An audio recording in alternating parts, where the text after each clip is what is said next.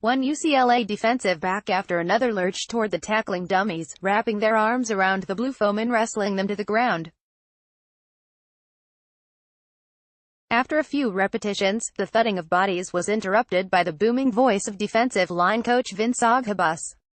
Advertisement: "We did it in the spring," the irritated coach shouted Friday morning on the Bruins' opening day of fall camp.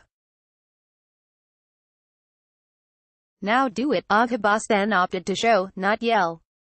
He plunged his 6'5" frame, last listed at 303 pounds during an NFL tryout 8 years ago, into a dummy and rolled around on the ground with it firmly in his grasp.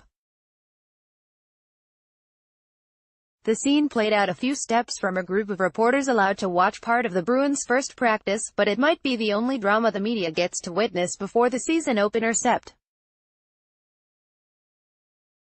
1 against Cincinnati at the Rose Bowl. UCLA coach Chip Kelly has closed practices with the exception of a 20-minute window that includes stretching and some drills. Reporters were granted access to a second chunk of the roughly hour-long practice Friday because of a mix-up involving which portion of the session they were supposed to watch. It's the first time UCLA has closed fall camp to the media going back to at least the start of the Karl Dorrell era in 2003. Kelly did not speak with reporters to explain his policy, though he's scheduled to talk Saturday as part of twice-weekly availability. Access is also being limited in other ways. Assistant coaches are not being made part of the regular interview rotation and players available to the media have been selected by school officials for the first 9 days of camp. Most of UCLA's spring practices were open to the media and public, but Kelly was known for restricting access during his final 2 seasons at Oregon in 2011 and 2012. The parts of Friday's practice that were observable were mostly a blur. Left tackle Andre James said the Bruins already were moving at a swifter pace after a host of player-run practices and off-season workouts under the guidance of Frank Winter, the team's new director of football performance. UCLA: The Making of a Beautiful Mind. Chip Kelly's early coaching days by Ben Bolch, August 3, 2018, 5 a.m. Where we were in the spring compared to coming out today, we were a lot better, James said.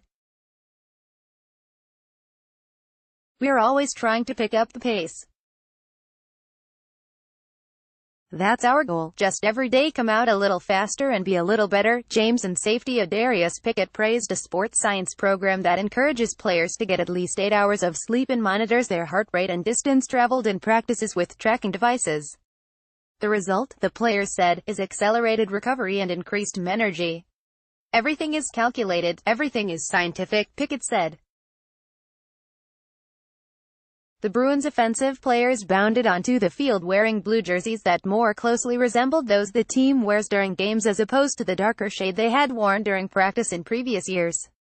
Freshman defensive lineman Antonio Mathie was the only player wearing a yellow jersey, denoting that he was recovering from an injury.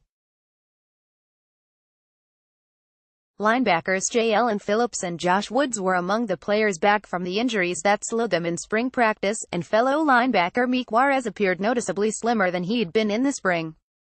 Advertisement: It was the UCLA practice debut for a host of newcomers including quarterbacks Wilton Speight and Dorian Thompson-Robinson, who will battle incumbent Devin Modster for the starting job. Speight and Modster appeared to be working with the first team during the limited portion of practice the media was allowed to watch. Zach Sweeney and converted defensive lineman Boss Tagalo are vying to become the starting center, with Sweeney getting first-team repetitions Friday. James said Justin Murphy, a graduate transfer from Texas Tech, has been moving around the offensive line and could definitely play great at tackle. The Bruins appeared upbeat for a team picked to finish 4th in the Pac-12 Conference's South Division after a 6-7 season that led to the hiring of Kelly. Coming out, first day, James said, the dudes were excited to put on a helmet and start running around. Given the viewing constraints, it was one of the few things for which reporters didn't have to take his word.